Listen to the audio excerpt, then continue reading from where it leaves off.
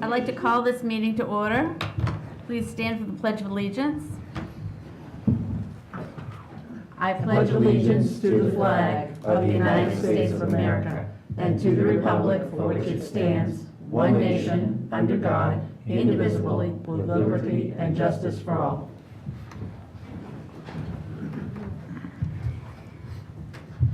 Adjustments to the agenda. Yes, for the board's consideration, we'd recommend that you adjust the agenda by adding the following to J, new business, and renumbering the previous number 2 and 3 to become 3 and 4. Discussion consideration of overnight out-of-state travel, which is the Skills USA state trip, and discussion and consideration of 8-man football at Ellsworth High School. I make a motion to adjust the agenda as just read. Excuse me, are we having a really lot of feedback here? Are you hearing that? I think he said, yeah. Do I have a second? Second. Discussion? All those in favor? Thank you. Approval of minutes for January 14th, 2019. I move that we approve the minutes from the January 14th, 2019 board meeting as presented. Second? Discussion? All those in favor? 3-0.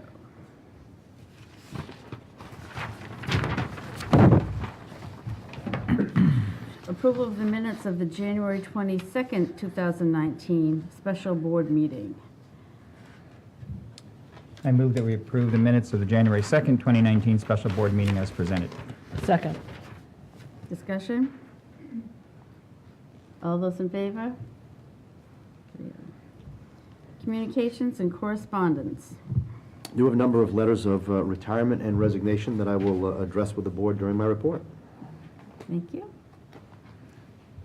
F, public participation.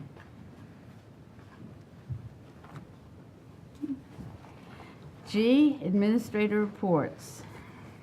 Mr. Clifford.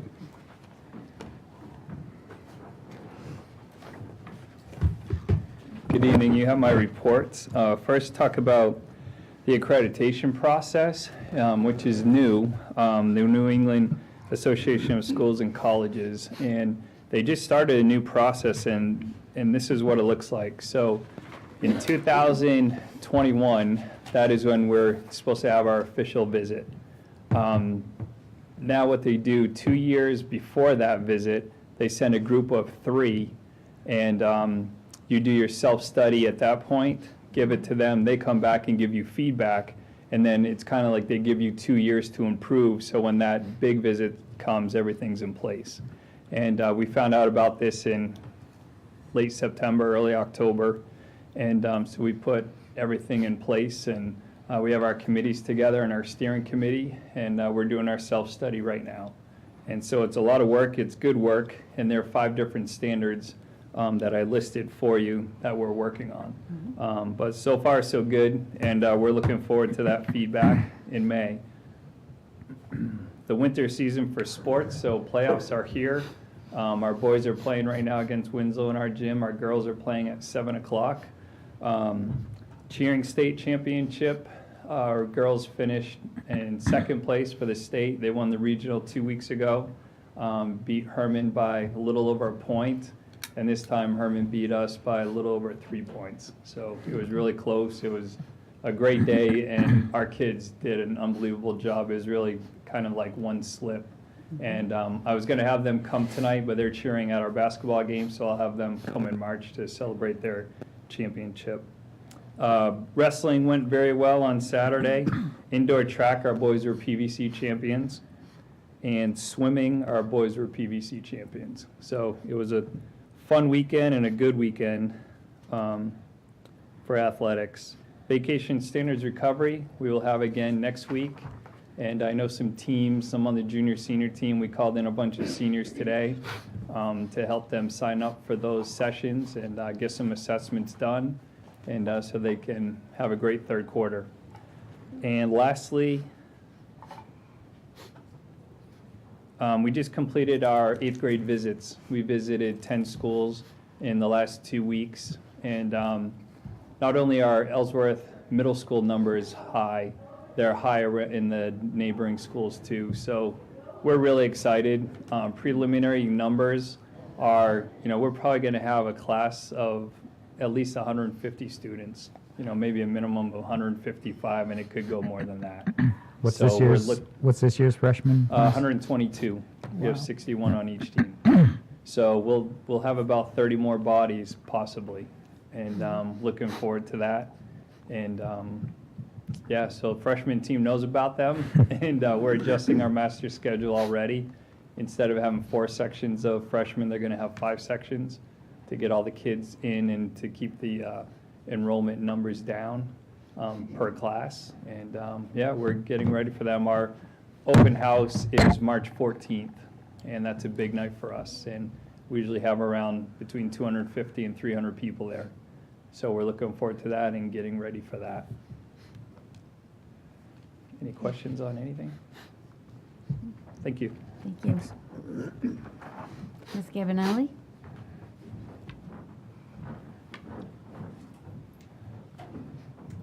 Good evening. Excuse me. On January 26th, our math counts team competed at Reedsburg Middle School, and they did an excellent job. They competed against 74 other students and 13 other teams, coming in a 5th overall, just outside of qualifying for the state meet. We did have one student, Elizabeth Ford, who came in 10th overall out of 74 students and qualified for the state meet, so that's pretty awesome. Our 7th grade has their Greek and Roman festival this week, so they have done a lot of work. It's really neat. If you come into our lobby, you'll see the displays, and they're doing a great job. And our 8th graders have wrapped up their debate unit this week. Some of the debates were fantastic. I got an opportunity to go and sit and watch, and the kids did a really great job, so that was very exciting. Our boys' A basketball team actually played in the championship game tonight. It was moved from Wednesday night with the impending storm, and they just won the championship for our middle school league. So it's pretty awesome. They had an undefeated season, and they did a fantastic job and displayed great sportsmanship tonight, so I'm really proud of them. Both our boys and girls B teams also finished their seasons undefeated, so that's pretty phenomenal. And this is the 2nd year in a row that the boys, the B boys, have finished with an undefeated season, so that's pretty great. Our cheering team came in 2nd place at the James F. Dowdy competition on February 2nd. They got edged out by Herman as well, just a little bit. So, and our intramural unified basketball team is up and running, and it's so fun to watch. And they're in there on Saturdays and Wednesdays, and it's just a wonderful, wonderful experience. So that's amazing. We had a PTF meeting today at 4, and our next volunteer training will be April 3rd at 5 o'clock in the middle school library. Do you have any questions? Okay, thank you. Ms. Lewis?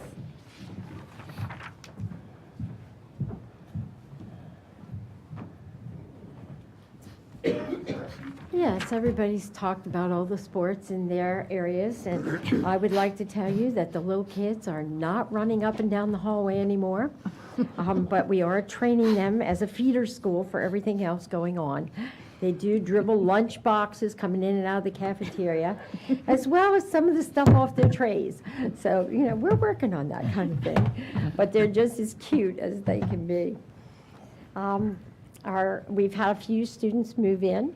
We've had a couple move out, and Mr. Higgins would tell us that it's bouncing up pretty much. Doesn't really feel that way, but we're making that work. And one of the things, as you know, that I really tend to focus on when I get to schools is school climate. And when I see the K through 4 students taking a role in making sure that kids are mentored, without direction, without, oh, you're going to be so-and-so's little buddy. They just do it. It's wonderful.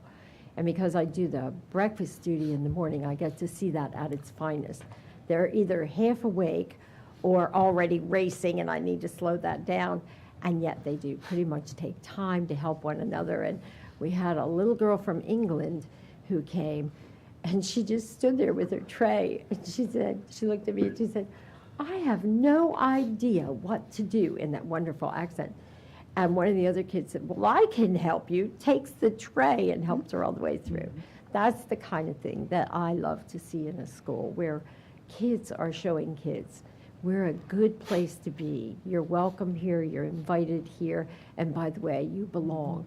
And those are the kinds of things that ensure success for kids.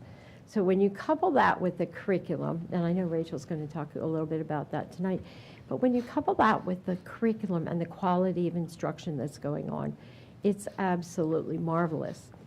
And of course, community's that sort of third prong in that triumvirate of things I think are important in schools.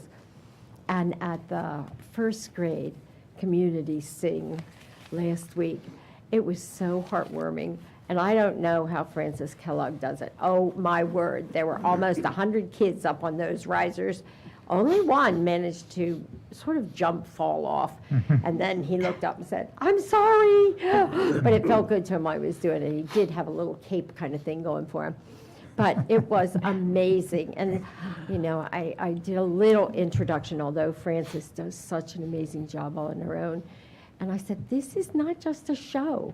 This is a performance assessment. We talk all the time about assessments, but everything a child does or doesn't do informs us about what they're capable of doing and where we need to put our efforts. But children had to memorize, they had to learn, and then they had to do that public speaking thing. That's a huge standard.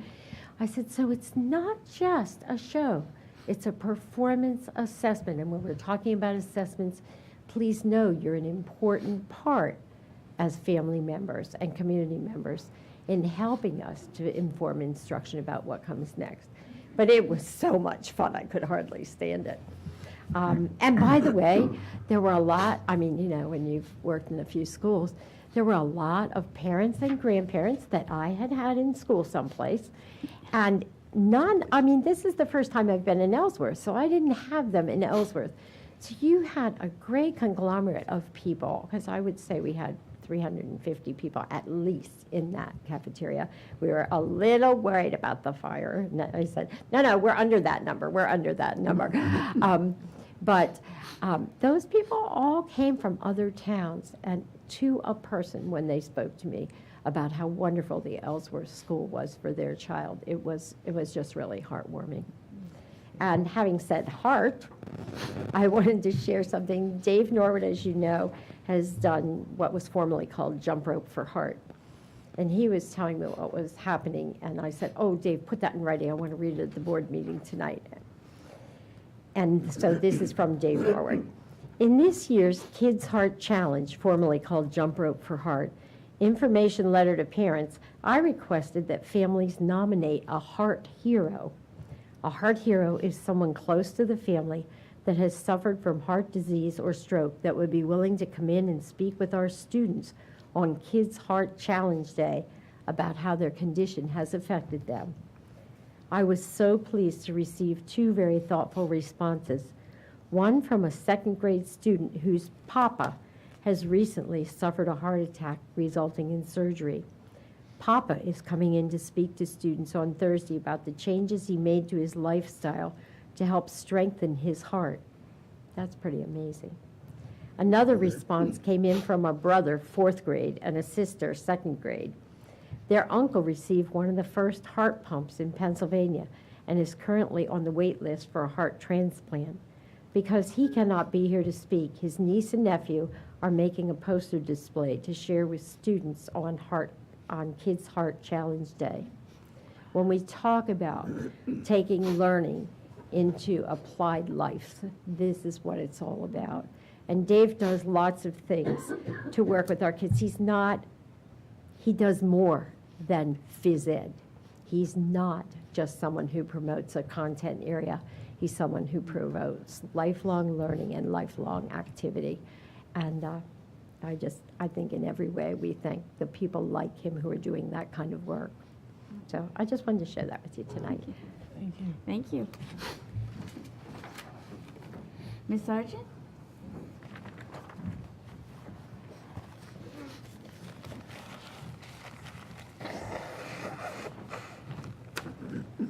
So since I don't quite have the numbers or as many activities, I decided to do something a little bit different tonight.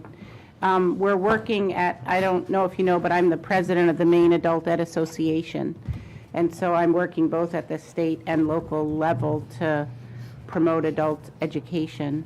And one of our state director, actually, of adult education and her colleagues at the State Department developed some PR materials to sort of promote what adult education does. And I was pretty impressed with the first one here. So I gave you a packet because if you hold on to it, I'll be able to, provide you with information on an ongoing basis. But the one that I'm most interested to show you is this one with the faucets. Also in the folder are some state statistics from 2018, and then you can see our information as well. But I think that this one is a great visual because we play a role at many different levels. So if you notice, the faucet comes out before high school graduation. There's some people who don't quite make it, and so they come into our system and we graduate them, if you can see that. And the numbers are, I think, pretty impressive. Over 1,000 students earned a high school credential in 2018. And then That's statewide, right? statewide, Yeah. yeah. And then if sometimes they go to high school graduation, sometimes they go on to college. And then we get other people who graduated from high school but don't have the skills they need, so we take them in. Or they've enrolled in college and they need some more support to complete.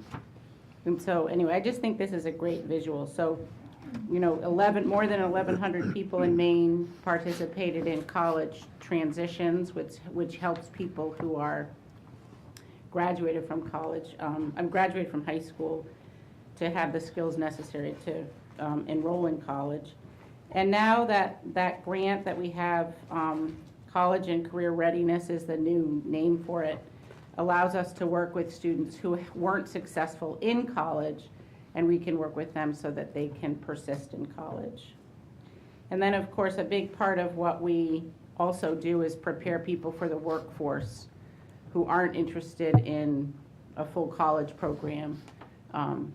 So those numbers are very high as well. So I just think it's a nice visual Yeah.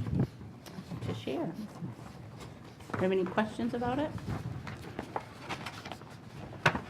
The one point that I like on this one here that the state also put together is that Maine is the largest high school in Maine. Adult education is the largest high school in Maine, so to speak. So, we do make a difference, definitely, but it's kind of nice to see it in that way.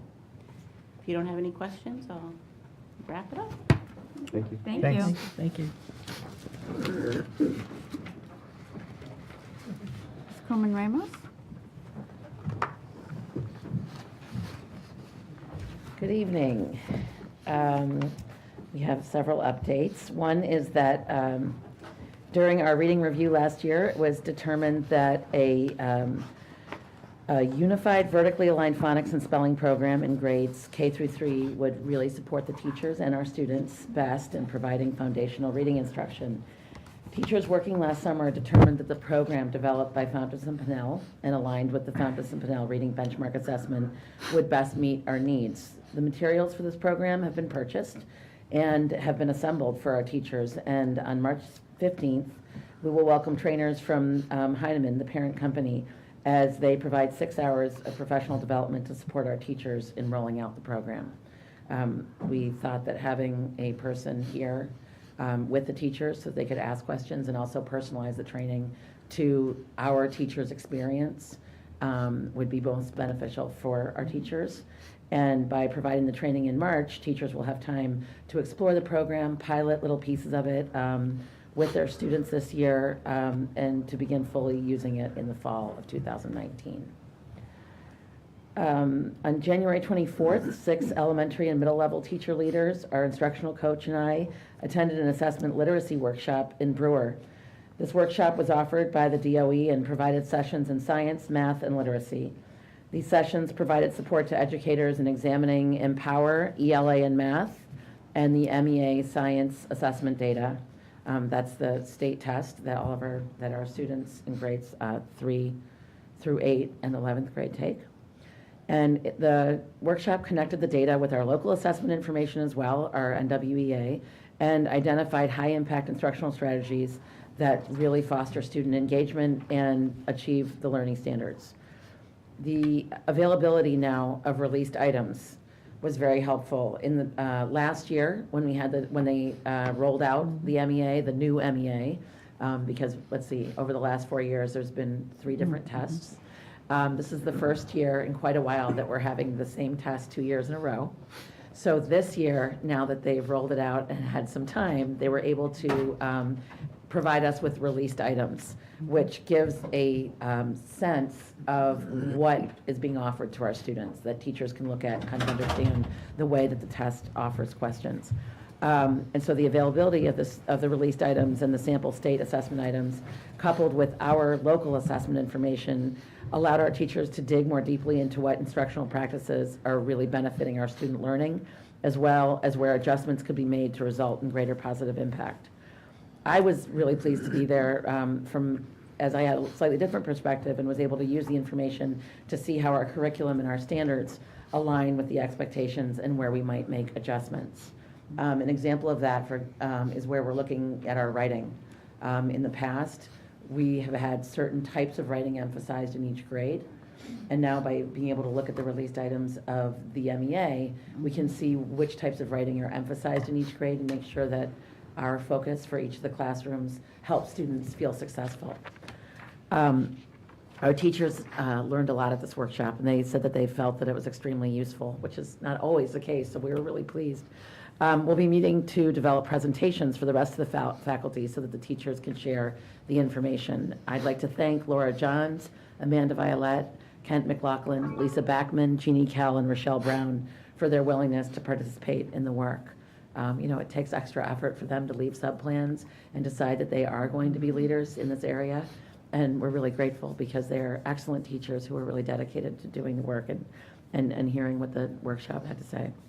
In March, a similar workshop will be given using the SAT blueprint for high school teachers. And we're looking forward to having representatives from each level and content area attend this workshop to maximize the use of our assessment data in informing our instructional plans for students. We want to make sure that as students are being assessed, we're maximizing the use of that assessment data so that that time is not wasted for them. We want to make sure that our assessments are giving us ways to best work with our students and make them maximally successful. I had the really good fortune of attending a session of the after-school coding program at EEMS 2 weeks ago. Ms. Laura Johns is working with 5th and 6th grade students who are learning the basics and beyond of the Code.org curriculum. We're extremely fortunate that Ms. Johns is a certified Code.org trainer. The classes blend online, self-guided, and self-paced tutorials with unplugged activities that require no computer at all. In addition to introducing computer science, students develop computational thinking and work with like-minded students who share their interests. This program is supported by our Title IV federal grant as an extremely exciting addition to the after-school offerings at EEMS. A couple other programs that I wanted to share with you. I come early in the year and share our federal grant and what the projects we've developed to use our federal monies for. So I wanted to give you a couple updates on the way that we're using that money and the success that we're finding. So this is one program through Title IV. Another program is our partnership with the Grand. It's been really exciting. We've had Nicole Cardano, who's come and spoke to you, our arts outreach coordinator, go into the classroom and work with the kids doing improvisational games and giving them some background of the show they're about to see. Let's see, I think it was 2 weeks ago, I went and saw the African drumming program that was at the Grand. And there was 3 drummers and dancers from Senegal who came, and it was really wonderful because there's a lot of people who are very good at their craft, but aren't always good at conveying how their craft works to children. There's wonderful programs, but they don't also know how to teach. And these 3 gentlemen were wonderful incorporating not only their amazing craft, they were wonderful dancers and drummers, but also talking to them about where their drumming came from, the culture in Africa. They talked about how many countries were in Africa, the difference between a continent and the country. They talked about how many languages were being spoken in Africa. The kids were on fire. They brought probably 100 kids up on stage and did a dance with them, and then they insisted that every single adult in the building went up on stage with them and learned to dance. So the kids loved watching all their teachers and all their administrators on stage, so that was a lot of fun. I was one of the ones that they got to laugh at, so it was very engaging. And Nicole had gone in and brought a map, and she did a social studies piece incorporated into the improvisational theater piece about Africa, about the languages, so the kids were ready. They walked in being ready for the experience, and so they were extremely engaged. And this is just an example of, I think, so far they've attended 5 shows, and we have, I believe, 2 more. The next coming months, we're also going to be working with the high school and working with the teachers to have them come to a show about the Holocaust in the spring. So it's been really exciting. That's also funded by Title IV and has really infused the community into the schools and the schools into the community. So it's a very exciting partnership. It's also one of the pieces of our strategic plan. It's also one of the pieces of our comprehensive needs assessment about working with our communities and incorporating community partners and being very clear about what our mission is and how we can incorporate all those pieces. So it's an exciting example. Lastly, I had the really good fortune to work with Kathy Lewis and the new teachers in the elementary school the other day, and we sat and we talked about the challenges and the successes that they've had in their first year here, and really had a wonderful talk about the ways that we can be supportive and how we can help them and the things that they've brought to our EEMS community. So I really enjoyed that piece. We talked about ways that we can model for each other and help, resources that I have as a teacher back in the day that they might be interested in and things that they have to share with me. So I really enjoyed doing that and talking to them about their feedback about the curriculum they've been using since they've come here. It was a wonderful session, and I'm looking forward to many more.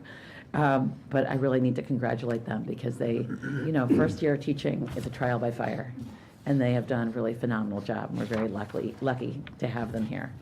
So that was a wonderful experience. Any questions? No. Thank you. Thank you. Mr. Higgins. Good evening, members of the board, the audience, and viewing public. First announcement I'd like to make is to follow up on Mr. Clifford's report. We have an updated report from Ellsworth High School. The boys varsity basketball team has defeated Winslow by 20 points. Yeah. They'll be advancing to play Friday night at the Cross Center at 5 o'clock against MDI. Third time's a charm. What's the record against MDI so far this season? It's 0-2, but the third time's a charm. Right. So that being said, this is not a repeat from the January meeting, although I am going to repeat this first report, because our last meeting was not televised live. I want to talk about the ESD Lunchbox. It's a new initiative that the school department, known as the ESD Lunchbox. We implemented it since our last board meeting, and as I mentioned in our last meeting, it came about as a result of a conversation that my wife Tammy and I had regarding the number of children in our schools who are not able to afford breakfast and lunch in our schools, specifically those who do not meet eligibility requirements for free or reduced breakfast and lunches through the National School Lunch Program. Individuals are able to donate, or groups are able to donate funds to our Lunchbox account for the purpose of supporting students who truly cannot afford meals. Funds received will be held in the account and distributed based upon needs identified by school administration and our food service director. The program has passed muster with our attorney and our auditor, and I'm very pleased to announce that we have already started to receive some donations. So certainly wanted to make our members of our viewing public aware that that is an opportunity to support our students. So for the people who have donated already, thank you very much for your generosity. I'd like to provide an update to the board on Hancock County Superintendent's Association. I reported last month that we were supposed to meet with State Board of Education member Wendy Alt at our January meeting. We had school and we had our meeting here. Unfortunately, where she is from, they had a snow day, so she was not able to come. She'll be coming to meet with us on Thursday of this week. And since our last meeting, we have found that Commissioner of Education nominee Macon has contacted all 9 of the superintendent and school board regions around the state asking for a meeting with superintendents. She'll be coming to meet with superintendents in Hancock County at our March meeting. And this is an outstanding opportunity on many fronts. One is, it's a superintendent who comes from within the educational ranks. It's a superintendent who is making an initiative to come out and meet with all superintendents across the state to talk about her mission, but to also get some input from us on issues of importance to our communities and our schools. So we'll report to that at the next board meeting. Another positive piece of news, Governor Mills, from the educational perspective, is off to a great start. If you saw in the press that she's released her first biennial budget on February 8th, and funding for education over the 2-year period is slated to increase by $126 million. It's $41 million in FY20 and $85 million in FY21. The proposed budget targets several areas for support. One is it increases the state share of education from 49 to just over 50%. And as you know, the target is 55, but that's a positive move. It also targets additional funds to support expanded pre-K programs across the state, increasing teacher salaries, and supporting expenses in child development services. While that's really good news, it's important for all of us to remember, you as a board and also members of our viewing public, that this is the preliminary budget. It still has to work its way through the legislative session. And we know that there will be a lot of discussions on that proposal. And additionally, with the complexities of the EPS services funding model, distribution component of the funding model is the key in determining what the Ellsworth School Department is going to receive. Now, the best news of all of this is, unlike in previous years when we didn't receive this information until later on, we're expected to be receiving this information by no later than this coming Friday. So that will be a positive move on the budget front, and we certainly are hoping that it's going to be a positive development for the Ellsworth School Department. Would like to mention one new staff member that has been hired since our last meeting. Jake Hackett, who is our JMG coordinator at the high school, has been hired to coach the varsity girls softball team at the high school. And I would like to mention to the board some resignations and retirements. Marty Dayton, who has been filling in for us this year at HCTC on a half-time basis, which is what her schedule could permit, has resigned, effective at the end of the year. But she's made it known to us that if we're not successful in finding a person for that position, she might be interested in coming back next year. Tori Kronk, third grade teacher at EMS, resigning at the end of the year. 2 ed techs at EMS, ed tech 3s, resigning to take other jobs, Samantha Hanson and Amanda Trago. And we have 2 retirements to announce. One came as a surprise. Gus Buteau, who has been a custodian and grounds worker at our schools for 28 years, is retiring. And we certainly express appreciation to Gus for all that he's done over the past 28 years for our schools. He's done a great job and is a very loyal, dedicated employee. And after 45 years, and I don't know, Mrs. Thomas, are all 45 years at grade 6 for Mr. Stackpole? I think it might be. I know when I had Mr. Stackpole, sorry Dave, when I had Mr. Stackpole as a teacher a few years back, he was a 6th grade teacher, and he's still teaching 6th grade. I believe it is. But Dave Stackpole has announced his retirement at the end of this year after 45 successful years. And as with Mr. Buteau, would like to thank Mr. Stackpole for 45 years of service, outstanding service to the students and the community of Ellsworth. And my final piece for the night is we have researched over the course of the afternoon all of the various weather forecasts in hopes of making a decision tonight with regard to school tomorrow. So for all the students out there, please let it be known that you will find out first thing in the morning whether we have school or not. And that concludes my report. Unless you have any questions. Dan, I have a couple questions. If people would like to make donations to the Lunchbox program, how can they do that? Yes, thank you, Paul. They can contact our office, 664-7100, and we can provide them with information there. Or, as several people have already done, they can simply send a check to the superintendent's office, Ellsworth School Department, 66 Main Street, Suite 201. A check made out to the ESD Lunchbox. Okay. And the other question I had is Governor Mills is going to, the subsidy report will be slated for distribution this week. Yes. At the end of this week. When do you remember approximately when we received that report? The last budget. Thinking over the last several years, I think we received it sometime in the middle of March, if not later. Yeah. There have been some years where we received the first one in April. Mm-hmm. So to superintendents in Hancock County, this is a very positive sign. It's helpful for school departments that are working on their budget to know what they might be Yes. able to expect, yeah. And we can Okay. talk a little more about that in the budget update on the agenda, but it's very encouraging that we're going to see that this week.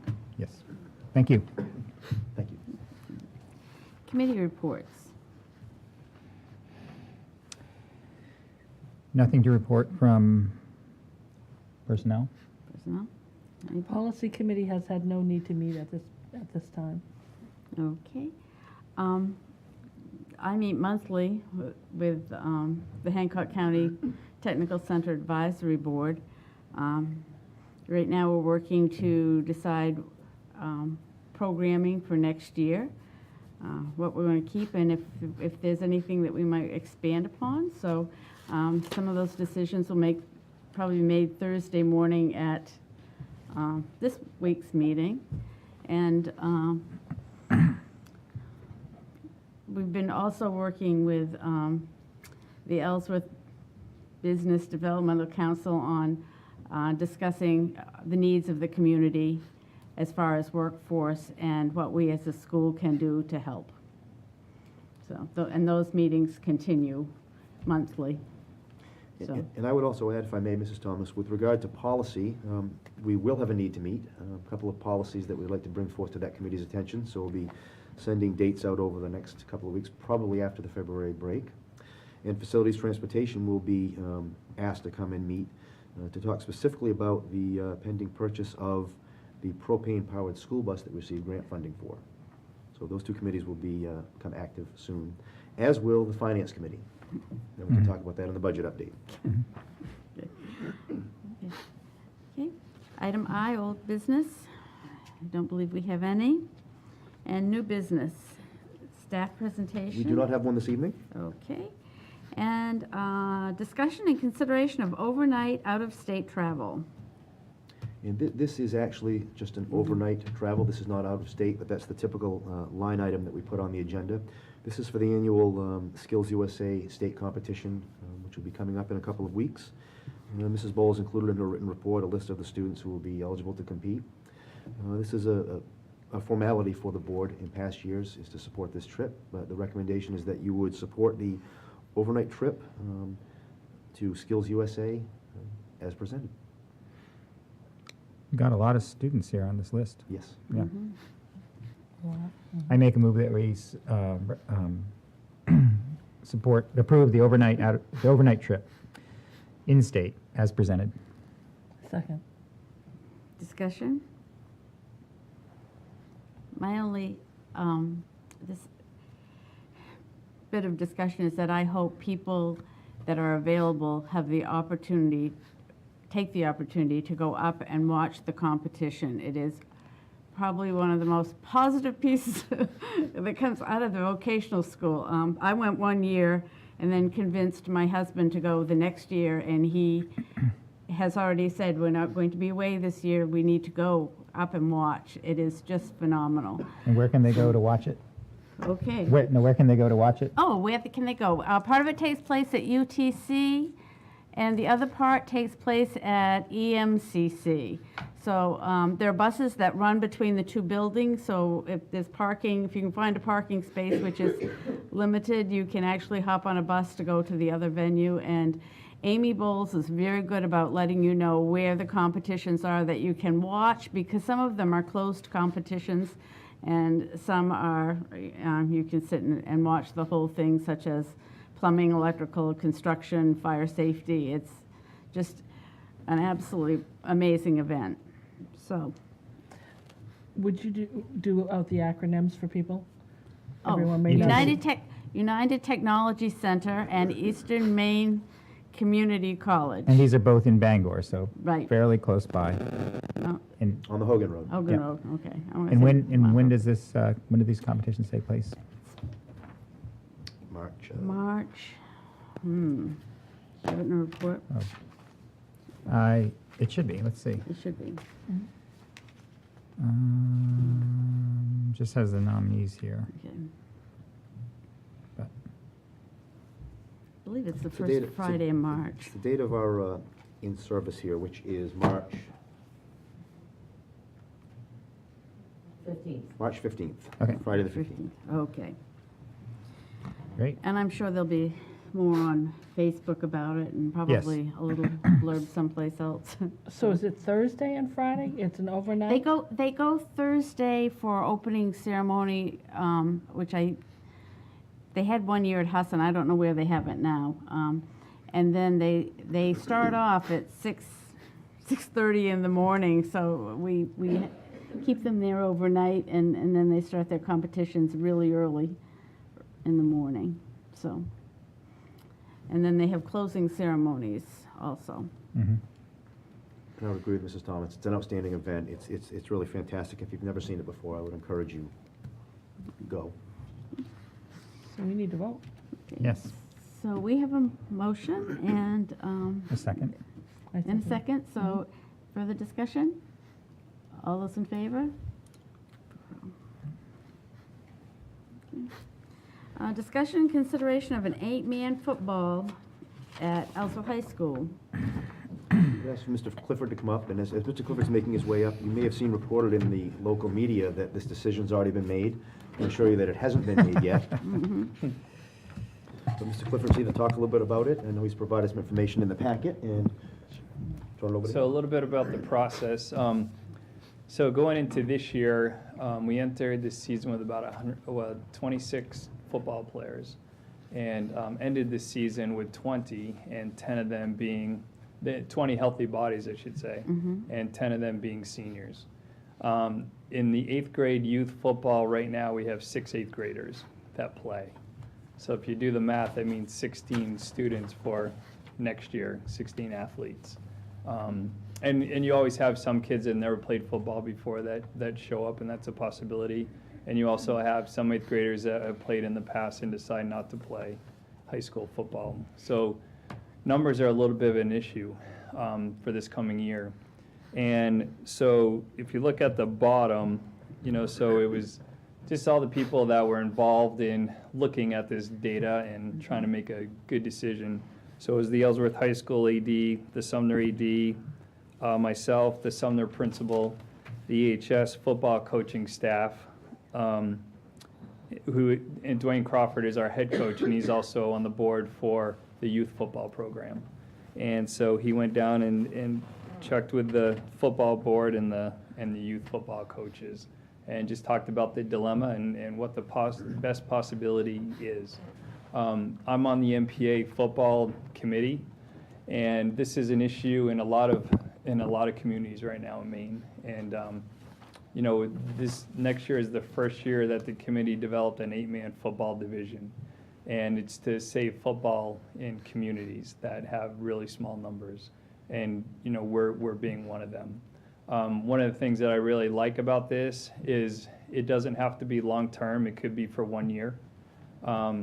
The committee decided that it could possibly be 2 years, but anytime that, let's say that we have 18 football players this coming year, and we go 8-man, and because we have 20 7th graders that are playing, and I think it's between 12 and 15 6th graders that are playing, okay? So after 1 year, it looks like our numbers are going to be good. And you can petition the MPA football committee and say, we'd like to be an 11-man football. And like we all agreed, we would never say no to a school that's ready to go back to 11-man football. And there may be others that next year their numbers are good, and they'll go 11-man, and then the year after they may have low numbers like we do this year, and petition to go 8-man football. One of the things that really helped us in looking at this, that the committee developed, because it was a problem this year, if you don't complete a game, and there are some games that happened this year where a football team went in with about 16 bodies, and because of injuries, they could not finish the game. Okay, so halfway through the 3rd quarter, halfway through the 4th quarter, the game was over because they didn't have any able bodies. If that happens, then you do the best you can to finish out the season that you're in, but then for 2 years you have to go 8-man football no matter what. And so that kind of penalizes these schools that are thinking, well, I got 18 players, I don't want to go 8-man, so I'm going to stick it out and go 11-man. That may not be the best decision for your student athletes. And so that was something else that the committee talked about and developed. And that was a recommendation that they made. We had 2 meetings in Augusta, and there were a lot of football coaches there, a lot of athletic directors there. You know, we received their input. I'm talking about the MPA committee. You know, and there's a lot of schools out there that have to make this decision, you know, like we are. If you look in the LTC, which is a conference that we play in, you know, there are schools with low numbers, and they're looking at, you know, what we're looking at too. And I don't know exactly what schools are going to stay 11-man and what schools are going to be 8. We'll know that in the next few weeks, it looks like. But it's, you know, it's a tough decision, but I think we've done a good job of collecting data and asking for input from, you know, all the proper areas. And, you know, our recommendation is to go 8-man football, and it could possibly be for a year and then go back to 11-man football. But guaranteed, you know, if we do end up going 8-man football for 2 years, that 3rd year we're going to have a lot of football players, and it'll be healthy. Because one of the other things I forget about football is if you have, you know, 20 freshmen, that's a good thing.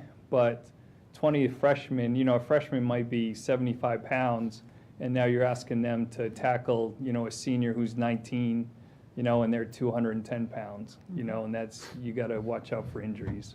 So that's why I say in 2 years, that's a decision we'll have to make. If we have some pretty big freshmen that can compete, you know, at the varsity level, then we would go back to 11-man.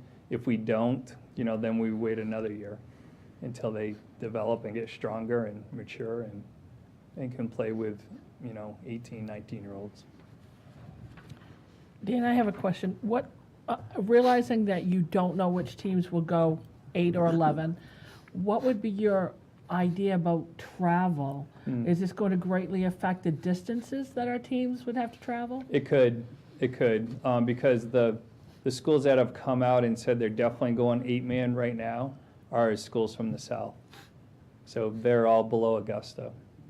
One of the lists that I saw listed Yarmouth, Mount Ararat, Greater Gloucester, Freeport. Freeport. So those are lengthy trips. On the opposite side of that, I would also let you know that, you know, this has been happening for many years. Many of our teams already are traveling north, a similar distance. You know, we have teams that are going to Presque Isle and Caribou annually. Right. So it's a little bit of a trade-off. I think I'll give it the rest of my answer and then let you go forward to the question. But I think it's a case where, with an opportunity to preserve opportunities for kids to play football, that may be something that we'll have to take a look at and say we're willing to make that happen. Right. And again, that doesn't mean we're going to play at all of those schools. You know, it's a 8-game schedule, I believe. Right, yep. Well, that's what I was just going to ask when you were referencing, like, they play those long-distance teams in basketball, right? That they go far north to play. Basketball, And soccer. baseball, But tennis. am I thinking correctly that those are every other year trade-offs with those teams right now? No, Presque Isle, Caribou, we go every year. Yep. And they come here every year. But And that would we're- be two games out of a roster of Yep. 16 or 18 games, and this could potentially be most of the games out of the roster. Would be a If you fair take an piece of 8-game travel. schedule, you may make 4 trips. You'll make 4 trips. Makes 4. You- Oh, you it's can only count 8 on- games. You can count on at least 2 of them being fairly lengthy trips, but don't forget, when you're looking at heading to Presque Isle and Caribou, you're making multiple trips each year. So 2 trips for football of the same distance of what we do with several teams to Caribou and Presque Isle, it's not that much of a difference. Well, I'm not concerned with the cost or whatever. I'm just thinking in terms of we would maybe be able to work those things out schedule-wise so they would be weekends or whatever, so they wouldn't be such a hardship on the kids. Yeah, I mean, they're either Friday nights or Saturday afternoons or Saturday nights. Super, And, yeah. you know, one thing that the group talked about, the committee, is have a neutral field, and so meet halfway in between. But, you know, there are football coaches there, and I spoke up too. I would hate to give up 4 home football games. and that's what would happen. You would never have a home game. Mhm. And so we would have to travel 4 times, but 4 opponents would have to travel quite a distance to come to us. And, we and the coaches thought that was best. I mean, you still want to host 4 football games rather than travel someplace else and play at, Colby College or something like that. Dan, I really appreciate the thoroughness of this report and how carefully you've weighed all the pros and cons and enumerated them for us, so thank you for that. You're welcome.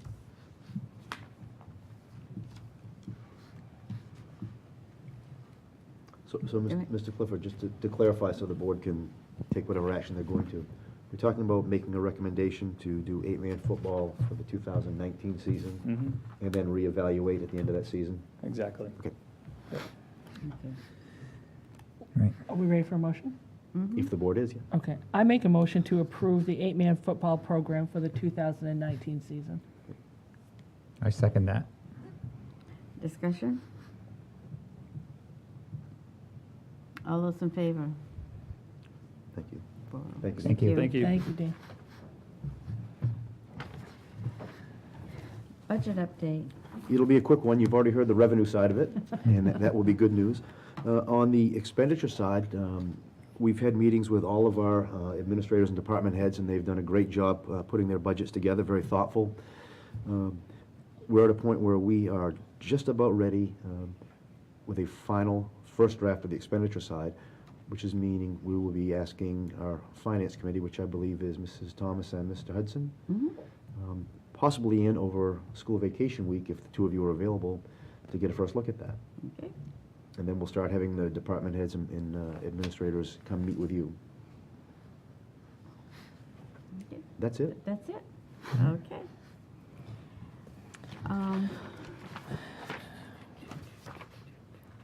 I'm going to skip ahead to Calendar and announcements. calendars and announcements. Meeting schedule. School board workshop will be February 26th, 2019, in the Ellsworth School Department Conference Room at 6 o'clock. School board meeting will be Tuesday, March 12th, 2019. City Hall Council Chambers at 6:30 p.m. And the other committee meetings will be scheduled, policy, facilities, transportation, and finance, within the next week or so. Okay. And I make a motion, we enter executive session for the sole purpose of conducting a due process of readmission hearing. Second that. all those in favor? Okay. 7:24?